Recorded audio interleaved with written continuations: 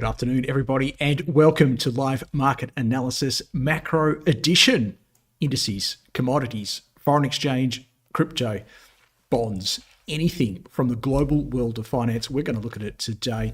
My name is Carl Kaplan, I'm the market analyst over at ThinkMarkets, and it is a pleasure to join you. Let us quickly just discuss the agenda. It's very simple. It's over to you. Going to ask for your questions. I might do a little bit of a whip around the grounds to get us going. And I'll give you my best technical and fundamental reader where possible. Let us head first and foremost then to the charts. I've got the NASDAQ Composite on screen. I've got questions coming in on some Forex pairs from Craig and Perry, and we'll do those very soon. But I'll just do a quick whip around the grounds. NASDAQ Composite losing steam, losing momentum. No surprise to anybody here. We all saw it coming. We saw the writing on the wall last week. In fact, in this session, we put on a hedge position. I wonder how many of you investigated how to do that afterwards. I think you're probably pretty happy you did. And a hedge position, of course, is actually shorting the NASDAQ, but not with a view to necessarily profit from an outright short. I certainly didn't sit here last week and say, hey, everybody, we need to short the NASDAQ. I can't short it because of this dark green zone. Okay, that's not my trading style. But shorting it with a view to protecting your long side portfolio. Some of the reasons why we did that. First of all, this big black candle here, we don't like that too much, but in and of itself, it doesn't change much in terms of the short-term trend, long-term trend. On that day, you take note of it. It's something we need to be aware of, but not alarmed about. Then we get this black candle, and that is really important. First black candle, yeah, I'm looking at it. This black candle is, okay, I've got confirmation that we have substantial supply in the system now. And up to that point, really, you've had a few black candles, but very few of them were really confirmed in such an emphatic way. And I'm talking about the size of the candle. The fact it engulfed this candle and this candle here, it's important. And then the lower point of supply. Okay, I labeled them last week. Obviously, the labels are gone because I need to send this chart to various media outlets. Lower point of supply, first point of supply here, second point of supply here, and then this is the final piece of the puzzle, I think, where we crack below the point of demand that is created between those 2 points of supply, and that occurred literally last week, didn't it? So last week's candle, we had that candle. Fortunately, we had that candle, which is the reason why we went out and took some hedging positions. Since then, this candle just confirming everything we know that supplies in the system. Interesting little two candle pattern here with the lower shadows. That got me interested again, in the same way that this got me interested. These two candles in combination, I know this one is below that one, but the lower shadow is telling me that demand is potentially trying to come back in. And then we've got the wipeout there as Mandy, one of my good friends, good trading buddies, poor Rav Sevjani.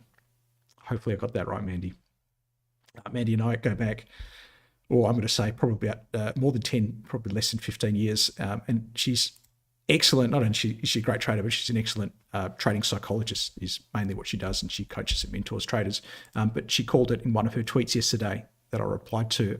If this candle, she said, if the NASDAQ, or if the price action, can't remember exactly, but paraphrasing here, eats its tail, then we could have some problems. And look at that. I love that terminology. That's the tail of the candle, this downward pointing shadow, and effectively the eating of the tail. And sounds pretty gruesome, doesn't it? And it is gruesome when it comes to telling you that supply is very much in control of the market now. That demand is now gone. Okay, it's fulfilled. And that should scare you a little bit. That demand, it was there. It was impacting price. They got them. They got the shares. There was cash trying to buy shares. They got them. And what we saw is there's still supply. There's still shares to come out here. I'm not a short. No way. No way am I a short on the NASDAQ. But confirming what we said last week, moving to a neutral bias, I think is sensible. Not adding new risk if you can avoid it.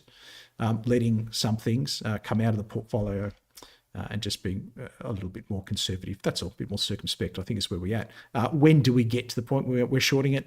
Look, I think there's plenty of water needs to pass under the bridge, and yeah, I don't even want to go there. So let's reiterate what we said last week, a neutral stance. Where could we see some demand coming in?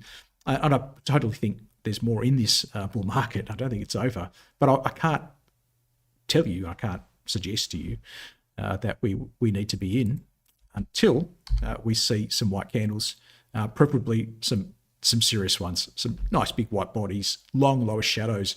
It could end up that this supply exhausts itself with a long lower shadow. What will that look like? Let's draw that in.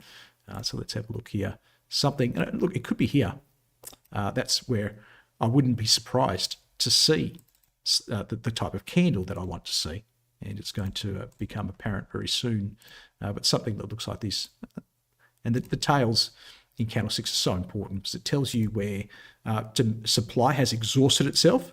Because don't forget, at one stage, this candle here, in fact, was a black candle. Okay, to get from one to the other, to get from that, yep, to this. Let me change that back to white, because preferably it does close on the high of the session. Okay, we must have had significant demand coming into the system, excess demand that is overwhelming the supply. The supply's out of the market. So look, something like that in and around 35.67 down to 13.334, and I'm going to start to what's the right word? Become more neutral to the neutral, become more optimistic that we can make a meaningful low here and go back up, test those sides. We'll have to build. We'll have to build with something like this.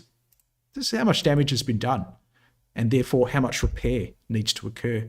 And if we see, again, the confirming sort of candle where we are starting to make, higher troughs, higher peaks again, with the right candles back through this phase, then we can start to potentially even upgrade from neutral back into bullish again and adding some risk.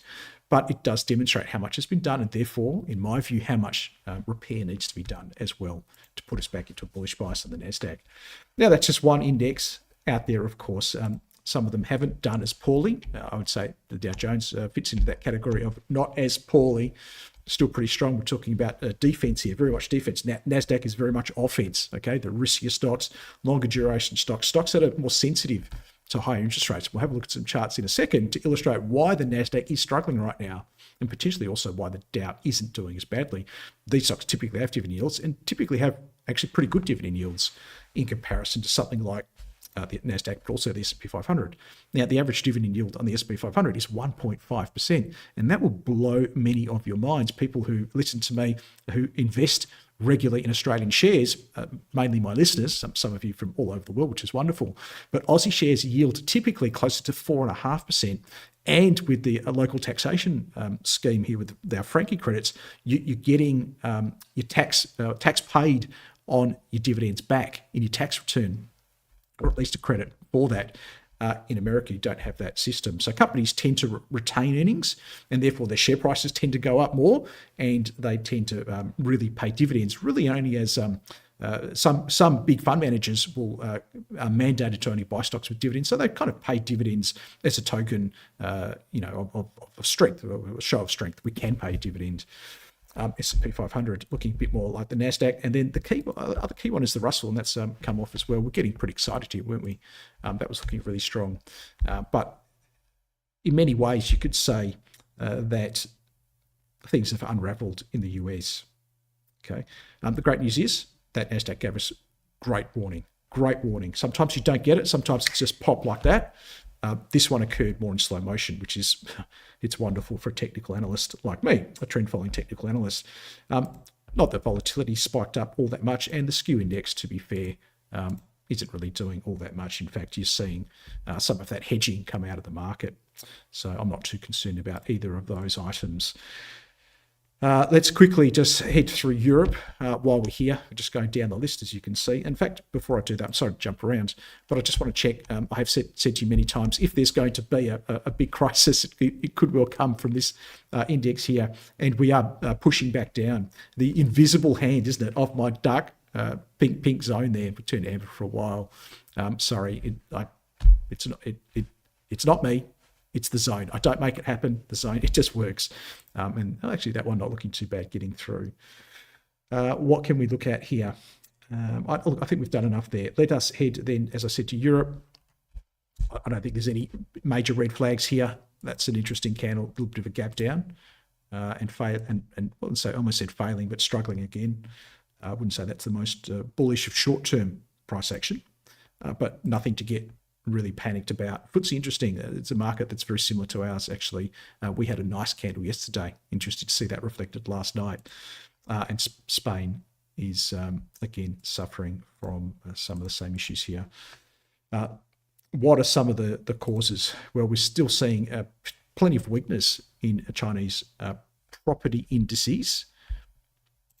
Getting ahead of myself sometimes, because we did see a lot of strength, didn't we? Last week we were remarking on the strength that had come through. We talked about the possibility of it breaking through this long-term trend zone. And then we've seen, this is a substantial pullback. That's about 5 or 6% through here. From top to bottom, I think it's a little bit more. We don't have today's candle yet, but I can tell you, just go look at my icon screen here, we're flat. We're flat on that one today. And then the Hang Seng Mainland Properties Index, that's more like a 12 or 13% decline from there to there. So we're seeing the negativity towards China weighing on global stock indices, certainly in that property sector. Let us talk about what the real problem is. The root cause of the problem is this chart here, the US 30-year Treasury Bond yields. We did discuss this last week, so I won't labour upon it, but the price of money in the long term got more expensive last week, and that hurts stocks. It hurts stocks in many ways. Borrowing costs, if you're a company, you're typically using debt to grow your business. So, even the biggest and bestest companies, Apple has debt, for example. The cost of that debt, cost of servicing that debt is going up. The cost of new debt to grow your business further is going up based upon this long-term yield here. Your consumers, your customers, their mortgage rates are going up because their mortgage rates are based upon this rate here. If you've got student loans, auto loans, this is the rate that is the main driver of the pricing of those loans. Okay, so this going up has hurt stocks substantially. This is a really big issue here. The other problem is, you've seen my spreadsheets on Tuesday and Friday, and I've got a cell. I don't often show it to you. Maybe I'll show it to you tomorrow. I've got a cell that has the risk-free rate in it, and it's based upon this. I base it upon this, the long-term risk-free rate. What is the price of safe money? And what that does is, the higher that value is, the higher that interest rate is, the more punitively it discounts future cash flows, and therefore, for a higher rate, a share price or the perceived value of share price must come down.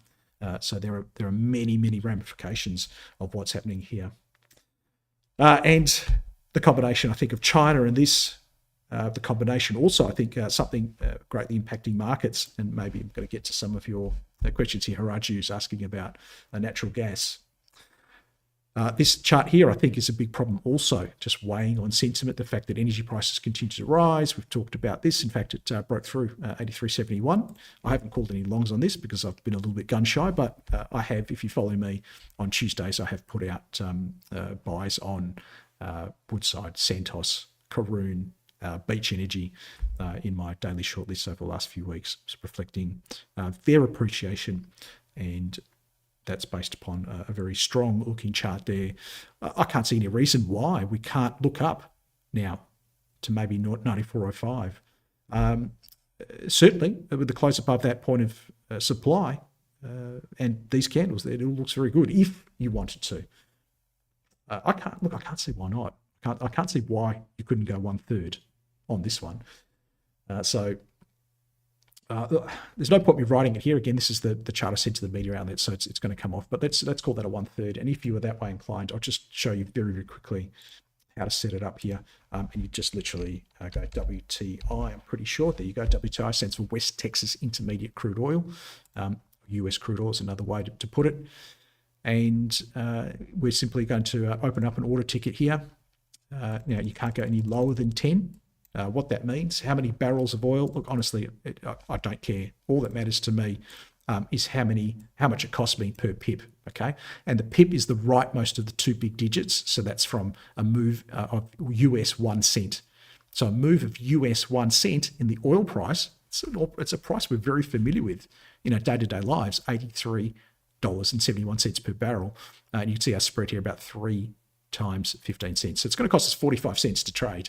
Okay. Plus there may well be some financing charges on top of that. I'll let you investigate that in your own time. But just in terms of P&L, we can see the spreads just popping around a little bit based upon the underlying market price.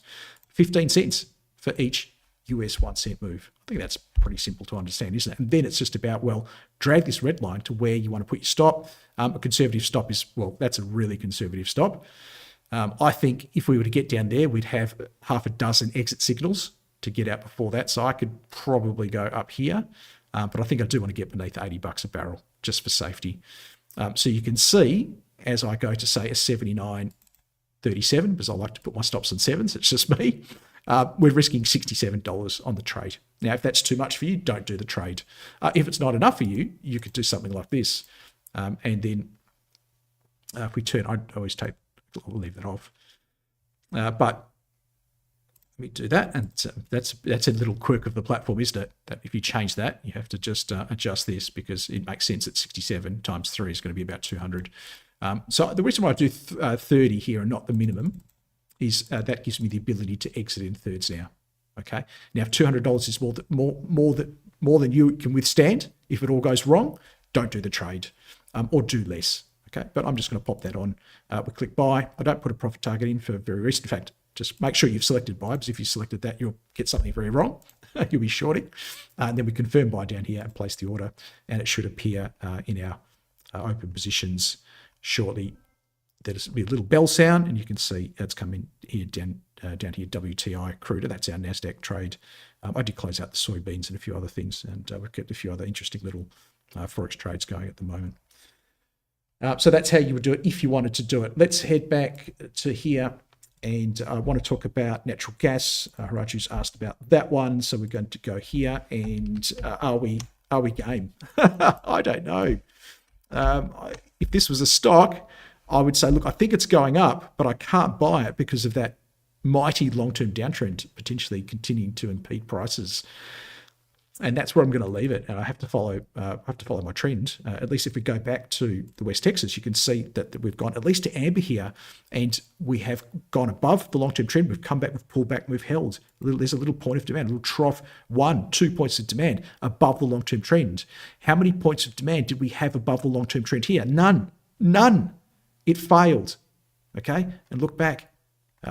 Here it was still uptrend, to be fair. It hasn't transitioned to a downtrend, but here's a downtrend.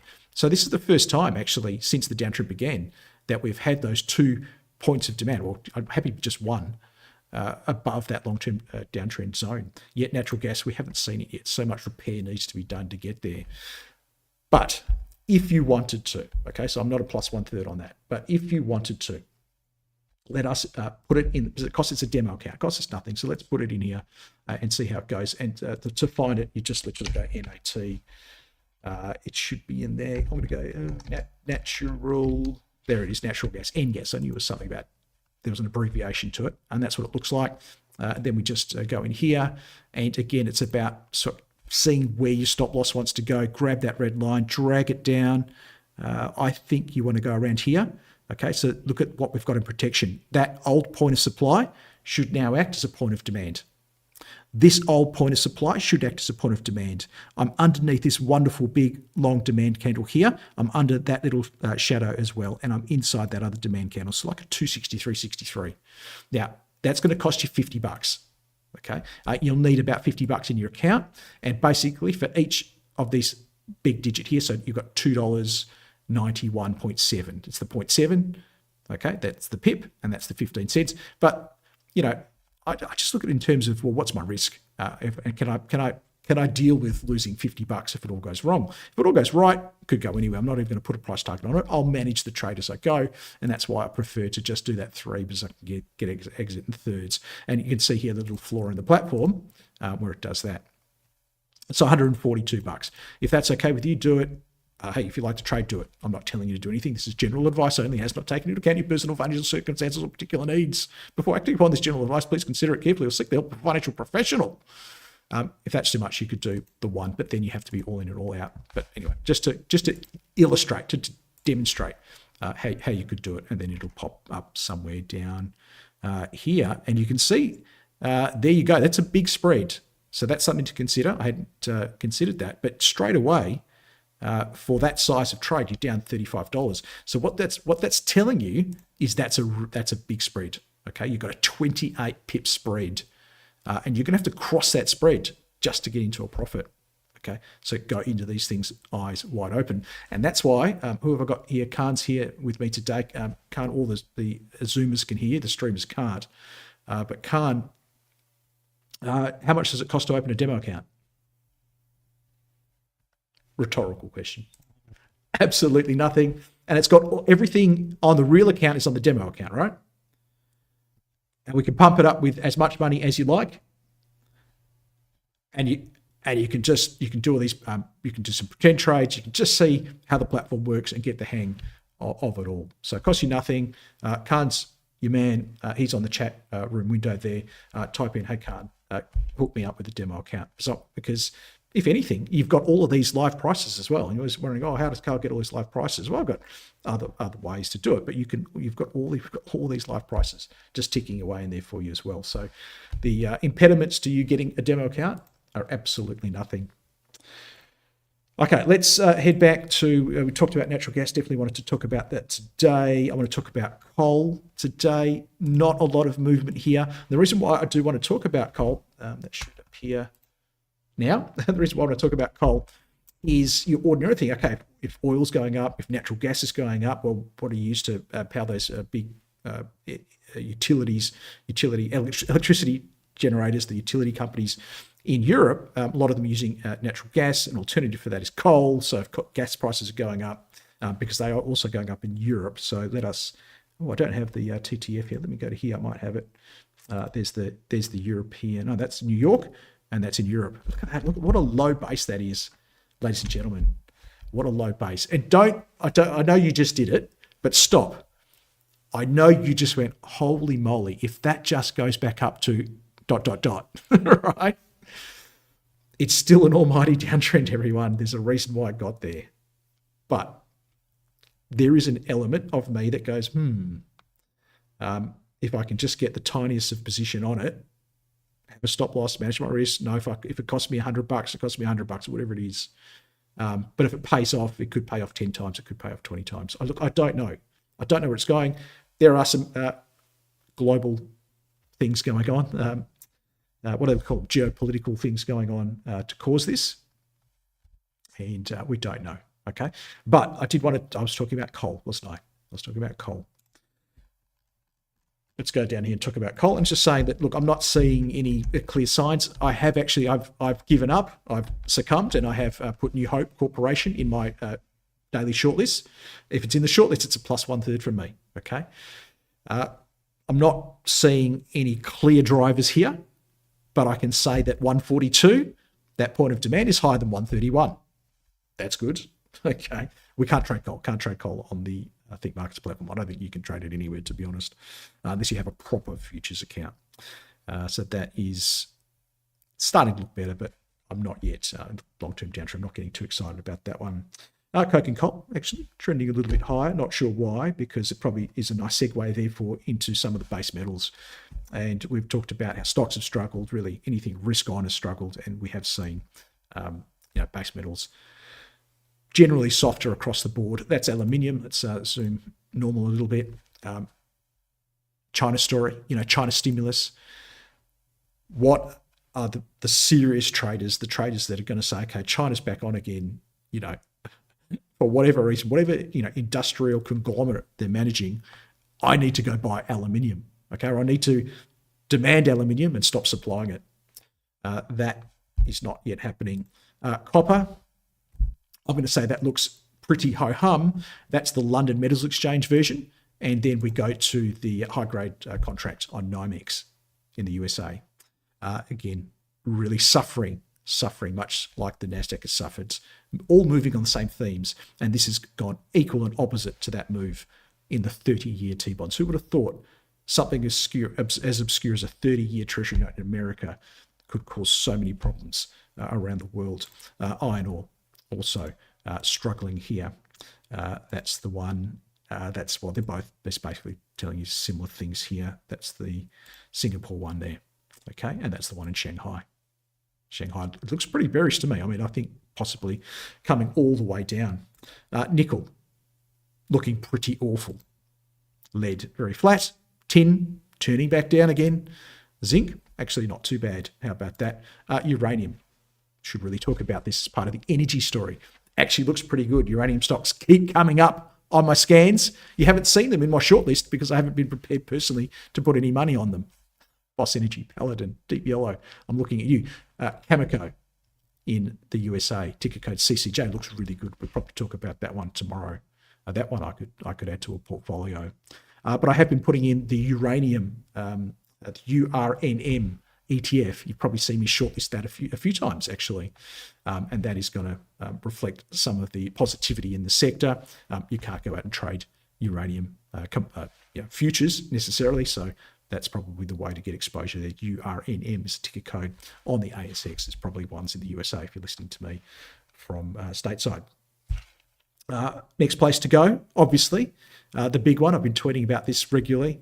Not there, but here is lithium. That's your lithium hydroxide price. Very important. I tweeted about it this morning. I don't tweet about it every day because it's not that interesting every day. But I felt today was the day to talk about it because we've been watching this. We've been watching this since literally that day, whatever Thursday it was. We're up to this point. I said, okay, this is good. We've got a V-shaped rally. V-shaped rallies are constructive. Maybe we can go back up. We can at least test the long-term trend, which is turning. And then we got to here and we said, that's not good, flattening out. Around here, I said, hey, the next break is going to be the decisive one. I said, if it breaks up, it's back on again. Lithium is going to pump. I said, unfortunately, if it breaks down, we're in big trouble, and we're just going to turn this long-term trend into a long-term downtrend. And it actually went a little bit up, didn't it? And then down there. We've been pretty bearish on this since then, and correct. Not that it's hurt Australian lithium stocks all that much, to be honest. Some have fared better than others, but I think in the long run, it'll be hard to sustain a bull market in Aussie lithium stocks with this just undermining confidence. And now that we've broken below 267, this is on an average price during the day. If I show you what it looks like, that's what it actually looks like. Okay, and I get this data from the Shanghai metals market. So that's what it looks like. But if we look at the average price for the day, that's what it looks like there. Okay. That is in big trouble. I said in my tweet today, maybe 167 around here could be the next point because we saw some interaction or some equilibrium here between demand and supply, and that's where you might see it be a pressure point. 200 round number could be interesting. We're talking about renminbi per ton there, or yuan per ton. Lithium carbonate also rolling. Not as bad as the lithium hydroxide chart, but it fell much further and much faster to start off with. And maybe that's why it's not falling as fast, but it still looks awful, let me tell you. I'm nearly finished my whip around the grounds. I know I can see the questions here, and I'm doing a bunch of them for you. So I don't have the spodumene concentrate chart period, but let me see if I can find it. But obviously from the spodumene concentrate, you are then refining that into your lithium hydroxide. And it's your lithium hydroxide that's your precursor product for your EV batteries.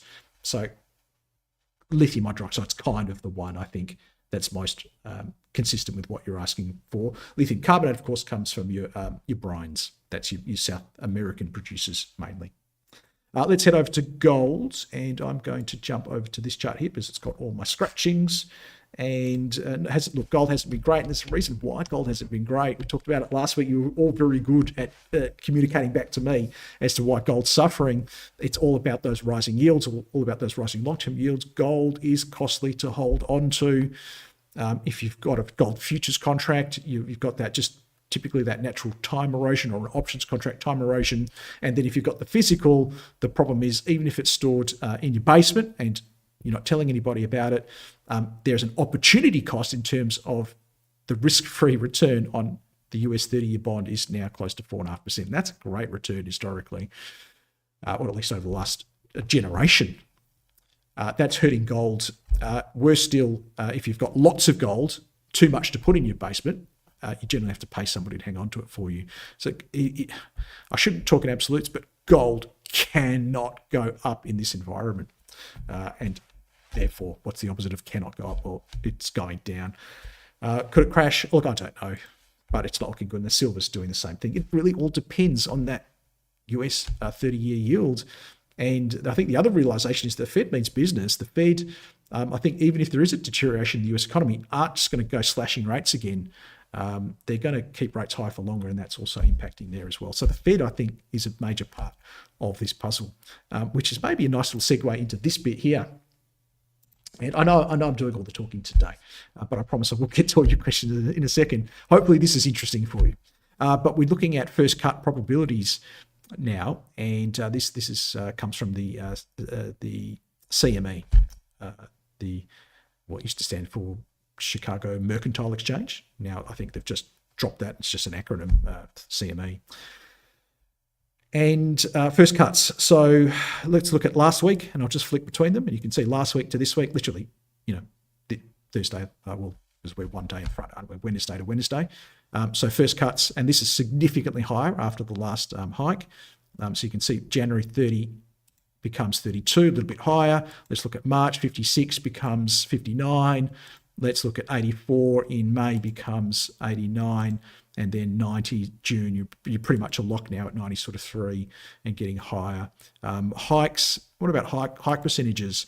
Hike percentages are coming down. 18 comes to 14, but then 30 still wobbling up there. 25 is 27. So it's interesting. Market kind of saying, not completely ruling out the possibility of just one more hike, but increasing the probability that we're going to see cuts sometime next year or early next year. Again, probably segueing here into Aussie yields, and we're topping out now at just under 4.2 from a week ago. Look about the same there, but substantially lower than the dovish pause that the RBA gave us on the first Tuesday of this month.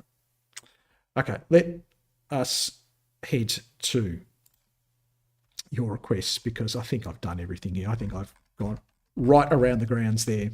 And we're going to do Craig, because Craig wants to talk about foreign exchange while I'm getting that going for you. We've got a comment here from Brett saying, when the USA sneezes, the rest of the world catches a cold. That is still absolutely very true. And I can't foresee a future where that won't be the case, but hey, anything can happen in the long run. I think China's a big problem too. And we didn't look at those Chinese property indices. I did look at the Chinese property indices, how they have pulled back very recently. Yes. Okay, so we're going to do some FX now, and we're going to head down to the first request here, which is GBPNZD. GBPNZD, looking very good. No complaints on being long this one for you, Craig. What I like to do anytime I'm thinking about trading a particular currency pair, I like to head over to my yields and I'll look at something in the short term. FX will be driven. It's be influenced by those longer term yields, no doubt about it. But typically, it's more driven in the short term by short term yields. And looking at the GBP or the gilts yield on the gilts, pretty flat there. And I just want to check the New Zealand ones. Actually, pretty strong, which is interesting. And I'm looking at that and I'm going, okay, I would normally expect we're at 5.5% here and shaping higher, and we're at under 5% here and shaping lower. I would normally think that the New Zealand dollar would be appreciating against the US dollar. That's what I would normally think. And let's go back here, and we're not seeing that. We're seeing GBP is the first currency pair. So if this chart is going up, it means the first currency pair is appreciating against the second. And if this chart is going down, it means that the first currency pair is depreciating against the second. If you ever get confused, just go back to the good old Aussie dollar, okay? Because we always know that one. We know that if this is going up, the Aussie dollar is appreciating. We know if this is going down, the Aussie dollar is appreciating, but that's because the AUD is at the first position on our currency pair, okay? And we know what this is. We're really saying, look, one Australian dollar, how many, every currency quote is how much of the second currency does one unit of the first currency buy. So one Australian dollar buys 65 cents. Now, if it's appreciating, that one Australian dollar is going to buy more US dollars. It's going to buy 75 cents. Yeah, go back long enough. It was a parity. Those were good times. And the reason why this occurred was that just after the GFC, the Australian economy kept going gangbusters because China didn't really falter. In fact, China ramped up their consumption. They've tried to continue to stimulate their economy and ramped up the consumption of raw materials. So the Aussie dollar was hanging up here while the Fed was cutting rates and pushing the US dollar down. So we actually got to parity. I don't know if we'll ever get to parity again. What do you think? But here we are now, 65 cents. Obviously, if one Australian dollar weakens, that is, it buys fewer US dollars, we're going to come down here. And it wasn't that long ago. We're just around 60, and it wasn't that long ago in the GFC. It wasn't that long ago in the pandemic. We got down to 50. And that's pretty much your panic lows, isn't it? I should go to the weekly chart here. When the world's panicking, the Aussie dollar tends to find itself at 50 cents. Well, that's a recession. That's a GFC. That's a pandemic. There you go. But I digress, don't I? Substantially, and I need to stop doing that. Let's answer Craig's question about the GBPNZD. And it surprises me a little bit. But this is, it's a very shallow scale also. But hey, on a purely technical basis, I can't see any reason why you couldn't be long that one, to be honest. I think it still looks fine. Maybe it's going to be very, very slow and steady though, Craig. That might be the only impediment based upon those relative bond yields. Let's head to EURNZD. Well, there's a bit of interest. This is Perry now. A bit of interest about the NZD as the base. And possibly the feeling is, certainly if you read the news, the feeling is that the Reserve Bank of New Zealand is more likely to cut rates soon because their economy is very, very weak compared to, say, the sterling, compared to, say, the euro, where they're still on that rate hike cycle. I'm not sure if the market rates are actually suggesting that, though. But ditto, this one still looks very, very strong. I think if you're trading both of those, you've got a very similar trade here. Okay, you're really kind of in many ways trading, sorry, I'm pointing to the wrong one, but you get what I mean. You're trading the strength of the euro versus the sterling in many ways. And if one chart looks better than the other. But this is fine. And no objections to a plus 1/3 on that. It is, if that was a stock chart, we'd be buying it. So very happy with that one. Of the two, which one would I do? And this is speaking to Craig and Perry now, maybe more to Craig than Perry, because I think that's the better of the two. So let's go to, I've lost it now, completely lost it. I shouldn't, there we go, GBPNZD. I think the scale on this, the scale on this is more attractive. I think there's more ability for a bigger move here. So I'm going to go EURNZD is the better of the two. And if that's the case, just to illustrate how to do it, how easy it is, EURNZD, there it is, euro versus New Zealand dollar. And I'm going to turn that one on. I'm going to say, well, let's go long here, and we're going to take this down. Where would an appropriate stop loss be? I'm thinking, I want to get there. I'm thinking also, geez, I want to see at least a nice white candle before I do it. But anyway, we'll do this just to illustrate how to put it on. I don't think I want to go, see this shadow, getting beneath this little peak here. It actually is a little point of supply, should actually be a point of demand. I don't think you want to go any closer than that. Okay, well, that's only $20. If I bang it up to 3, if I wanted to exit in thirds, make sure I get that about right, it's about $60. I'll leave it up to you. Okay, and we are buying. So we're going to make sure that says buy and then click place order. And what we'll see here is in terms of trading, how little the spread is. If I find it, EURNZD, the spread on those 3 micro contracts is only 80 cents, whereas we traded, was it 3 nat gases, and we're looking at a $35 cost on that spread. Okay. All right, let's head back here, and I've done those two. I've done natural gas for Haraju, which is great. Is it too early to go long? I think I've answered that. Look, the chart suggests it is, but there is a part of me, I'm sure there's a part of you that says, if I can afford to risk $100 on this, and I think, and again, you do the technical analysis, where could it go to? I'm not even going to bother, because for me, I can't do it. I think it's going up, but I can't do it. So I'm telling you, I can't tell you anything, but what I can say is I can't do it. Okay. But there is a part of me that says, let's leave it at that and keep moving. I've answered Perry's spodumene questions. I've done coal and copper for Jill. But I've done coal in a lot of detail. I didn't do copper in a lot of detail. So let us head back to, did you not see at all? Oh, no, I changed it back. So I'm pretty sure you did see that. Let's do copper in a little bit more detail for Jill. Let's do the high grade contract. I can stay here. I don't have my scratchings, but yeah, it was actually looking quite good here, wasn't it? To be fair, nice white candles, trying to get above that long-term trend zone. And look, it's something I probably haven't explicitly discussed. And I say, but you've seen me do it. I mean, how many times, Jill, have you seen me draw this? I found the long-term zone and I've done this, right? You've seen me do that a million times, okay? And I'm not exaggerating. I've done it at least a million, okay? I hate it when these are dashed. Let me do this. Let me do this. So you've seen me draw this. Oh, just stop it. Stop it. This is the vagaries of Amy Broker. You saw me. Okay. Anyway, you've seen me do that a million times. So what I'm saying here by this is the way we can have more confidence that we are now being supported by the long-term trend zone is to see that point of demand form above it. I think that's just very logical. If I haven't explicitly said it, I know I've implied it, okay? And once we have that point of demand above it, then we're feeling more confident. And you can see here we didn't. No point of demand above it, no point of demand above it, no point of demand above it, okay? And that's where, there you go.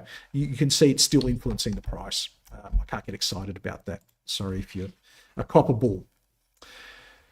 AUDUSD, let's do this now for Daniel. I know I'm jumping around. In fact, I've got this here because Norgate Data give me all of the Aussie crosses, so I can certainly head over here and do this one.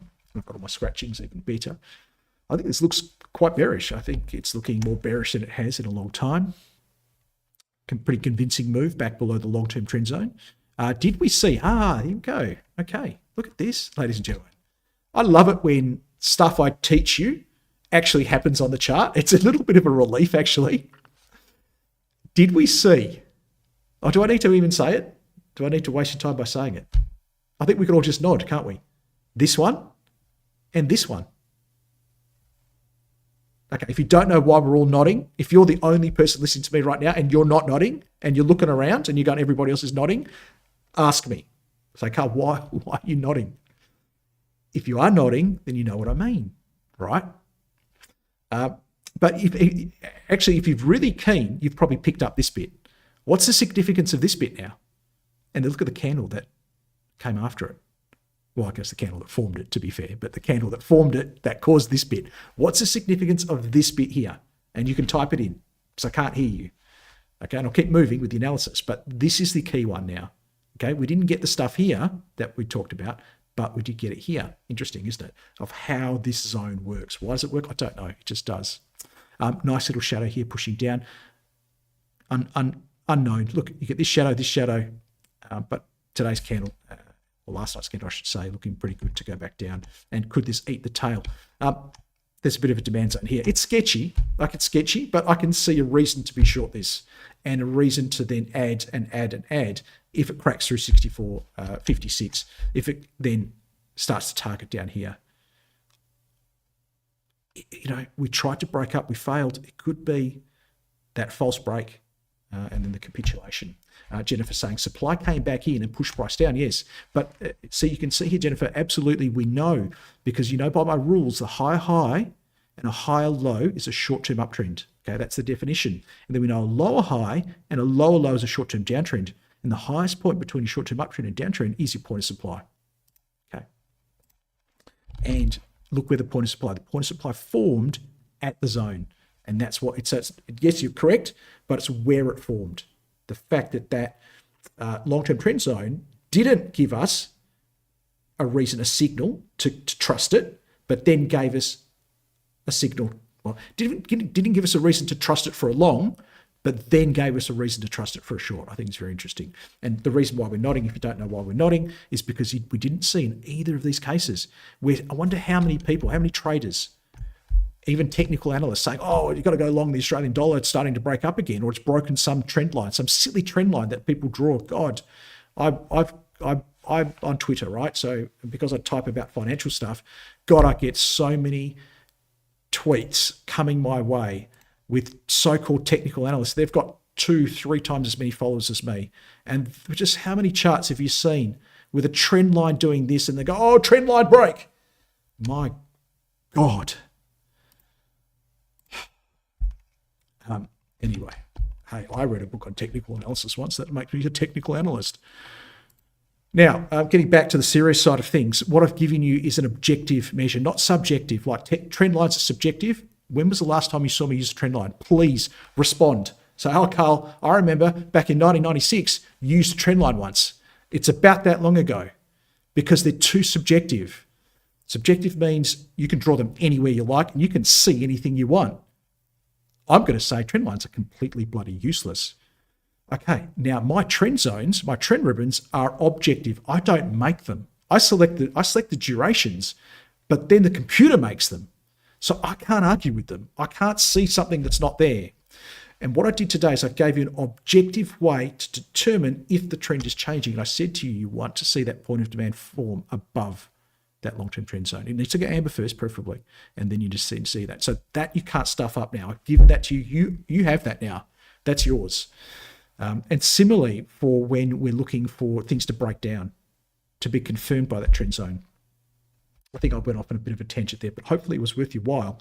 Let's go back here to the trade view, and we are going to talk about, I'm all over the show, we're going to talk about the EURUSD.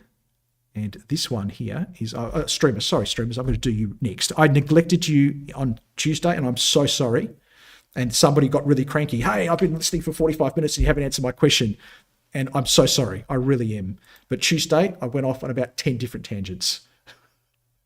If I'm going off on too much of a tangent, all caps, hit caps lock and say, Carl, shut the up, okay?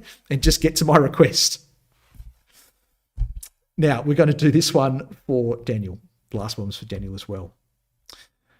I think it looks okay, but that short-term trend is not knocking my socks off. I could get more excited if we started to do, I've drawn it for you a few times a day, and I hate drawing in here because I'm not an expert on it. Oh, God. Where's my arrow?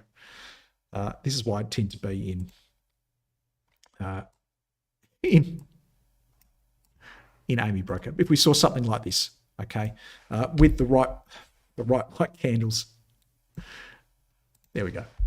Then I'd be more interested. And I could see with the right candles, the right price section, I could definitely see a reason based upon this long-term trend to add some risk to that one. But it's a no for me just yet, and I can't short it because the long-term trend is still too very strong, and we're actually not that far away from potentially it offering some demand.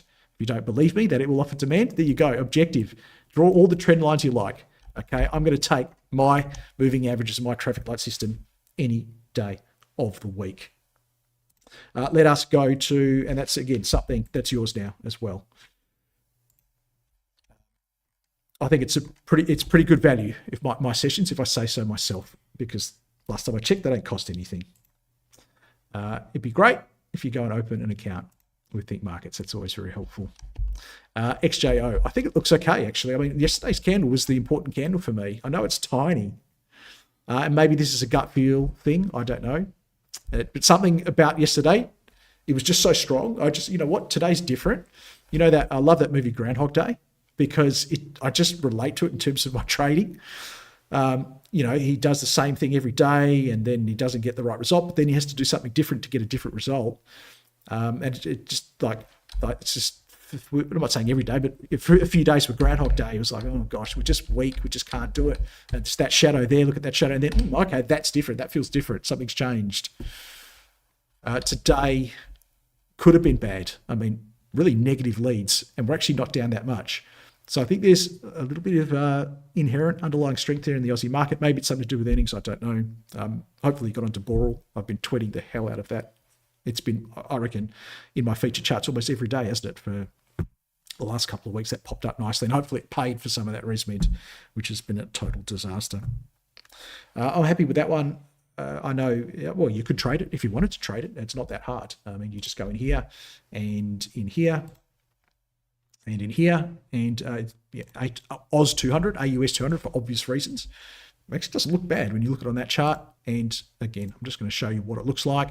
I think this is a very cheap, I don't know if that's the right word, cheap contract, but it's a very small contract. It's probably the best way to put it, which means by definition it can be cheap. So the smaller the contract, the more flexibility we have to get a number where this is just sleep at night. So if I want to go long the Australian dollar, and I'm going to set my stop loss down here, of course. Okay, and that's I wouldn't put it at a 50. We'd go to like a 48.7 is where I put it.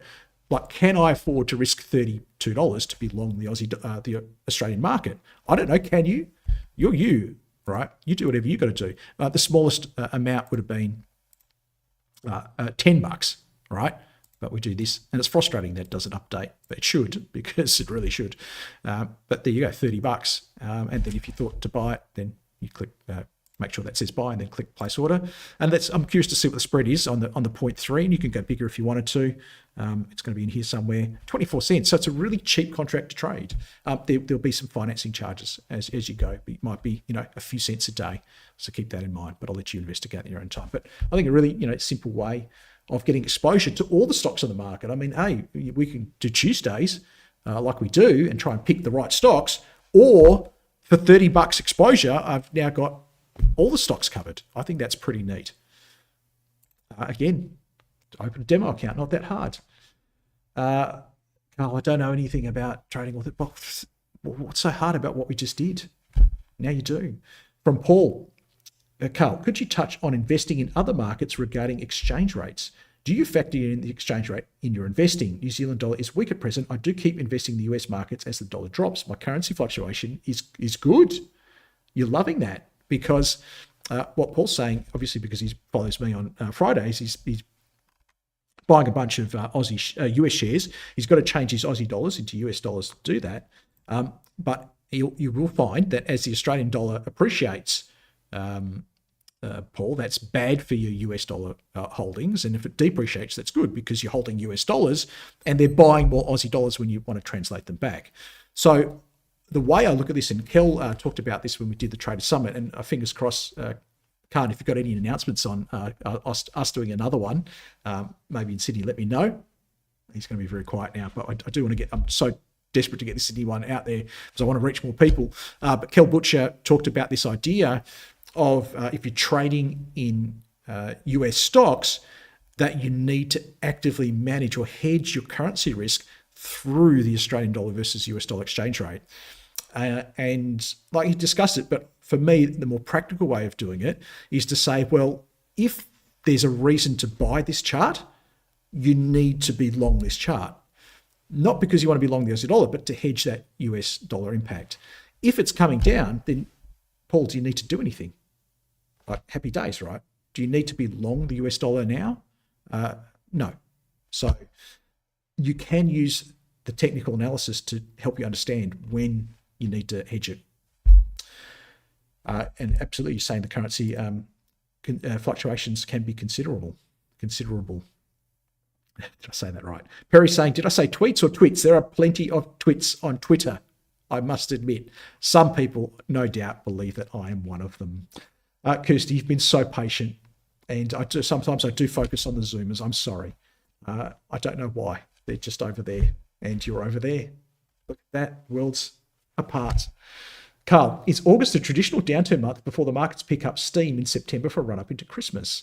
For the Australian market, August is an up month once you add back in dividends. Where will I find this? I have a chart here, but the ability of me to find this chart is the issue. Now let me see if I can find it for you. Actually, there's a quicker way to find it. Let me go back here. Let me go to here, and let me go to. I know I sound like an idiot when I'm saying these things, but there's stuff going on in the background, and I'm in the interest of trying to answer everybody's question. I could say, oh, Kirsty, this is what happens, but no. Let me give you the actual data for it, and I'm going to go here. And I'm going to go here, and I'm going to go here. And this is something nobody's ever seen before. Okay, let's go here. All right, so this is, you'd see the front end of this. So all of you would have seen my tweets and my pictures that I put on AusBiz of the seasonal data, okay? And these are the calculations that go into it, okay? There's a substantial amount of data that I keep to make this happen. I'm the only person in the world that does this, and I believe I'm the only person in the world that knows how to make this happen. And the risk is some people who watch this try to back engineer it, and then I lose my competitive advantage. But what I can tell you, Kirsty, is that for August, we do have a positive return on average over the last 41 years of 1.2%. If your view is that we're going to accelerate into September, September is typically one of the worst months of the year. In fact, September is the worst month of the year after June. Over 40 years, and you can see if we go back to 30 years, when now it is the worst month, and then we could go to 20 years, still very bad, and May and June get a little bit worse. 10 years, September's bloody awful. 5 years, really awful. So this is possibly an issue. We talked about the NASDAQ at the start. We've come full circle, haven't we, about the NASDAQ's heading in the wrong direction now. What could be ahead? Now, this is the Aussie market. I do have one here for the S&P 500, but I haven't updated it for a couple of months. I haven't updated it since March, but that shouldn't matter for all the historical stuff. So there you go. August is not a good month for the S&P 500 over the last 35 years, but I think that goes back to 1988. There you go. And I did see somebody on Ausbiz today tell me that August was a bad month for Australia. I think I heard it a couple of times today, and they're wrong. They're just wrong. They just don't know what they're talking about, which is annoying. But there you go. So there you go, Kirsty. I don't think I could have answered your question any better than that. And you can see how that changes somewhat. September. Wow. Okay. I'm glad we looked. I'm glad you asked, because I hadn't looked at that for a little while. I look at it typically at the start of the month, and I tend to just shoot out the Aussie ones for my followers on Twitter. But I'm glad we looked at it because, I had forgotten. August and September, not great. So now that I have put the fear of God into all of you, let us head back to Lawrence saying, cheeky turnaround on Delta Lithium. Oh, Lawrence, maybe Delta Lithium, an Australian lithium company, maybe. But I can't do that here because we only do macro stuff here. I did the lithium minerals for you, and that's something you would ask me on Tuesday. Or, hey, hit me up on Twitter. And I don't know if people who follow me on Twitter notice, I reply to everybody. Okay. That's it. I've gone through all of your requests today. We're just about coming up on time. If you've got literally one more, I will do it across any of the streamers, any of the Zoomers. Otherwise, we will adjourn. Last chance? No.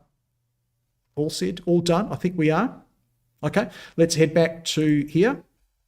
And I've talked about the Tuesday sessions. If you want to know where and how you can register for them, www.thinkmarkets.com/au/webinars, and we do those on Tuesdays at 1 p.m. Obviously, today's Thursdays for macro, and then Friday.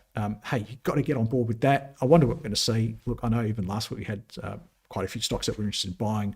We're going to see whether we've got buys, holds, or sells in there, but at least we'll be able to manage some of those trades.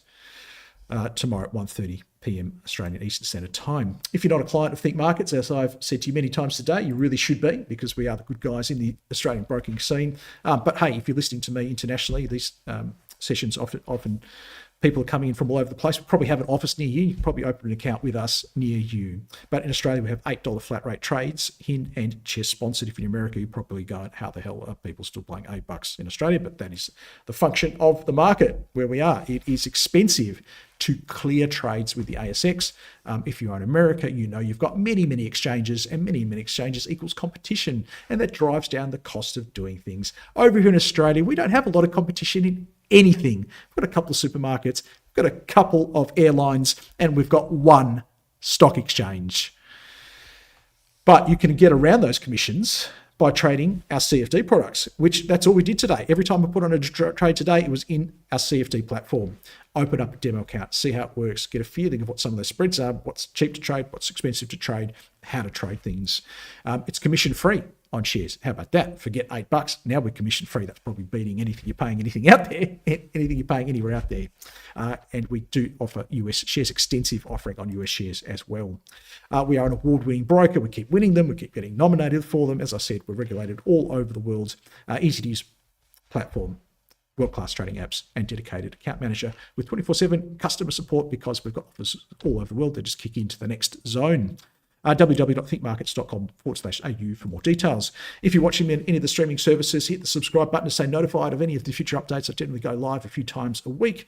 And of course, hit the thumbs up button. Super important you do that. Lets me know. And I go back to every video and I check the thumbs up. I go, well, okay, they liked what I did today, or they didn't like what I did today.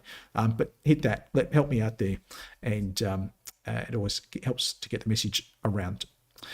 Apart from that, it's been a pleasure chatting with you today. Hopefully it was worth your while. I really enjoyed it. All the best for your trading and investing. Till we catch up again. Bye-bye for now. But before you run away, just a reminder that everything we discussed today is general in nature, has not taken into account your personal financial circumstances or particular needs. So before acting upon any of this general advice, consider it carefully or consult the help of a financial professional. The rest of the information in that disclaimer is very important. You should read all of it, understand all of it. If you have any questions at all, please give us a call or get to the website, download our PDS, our product disclosure statement, or our FSG, our financial services guide. Bye-bye.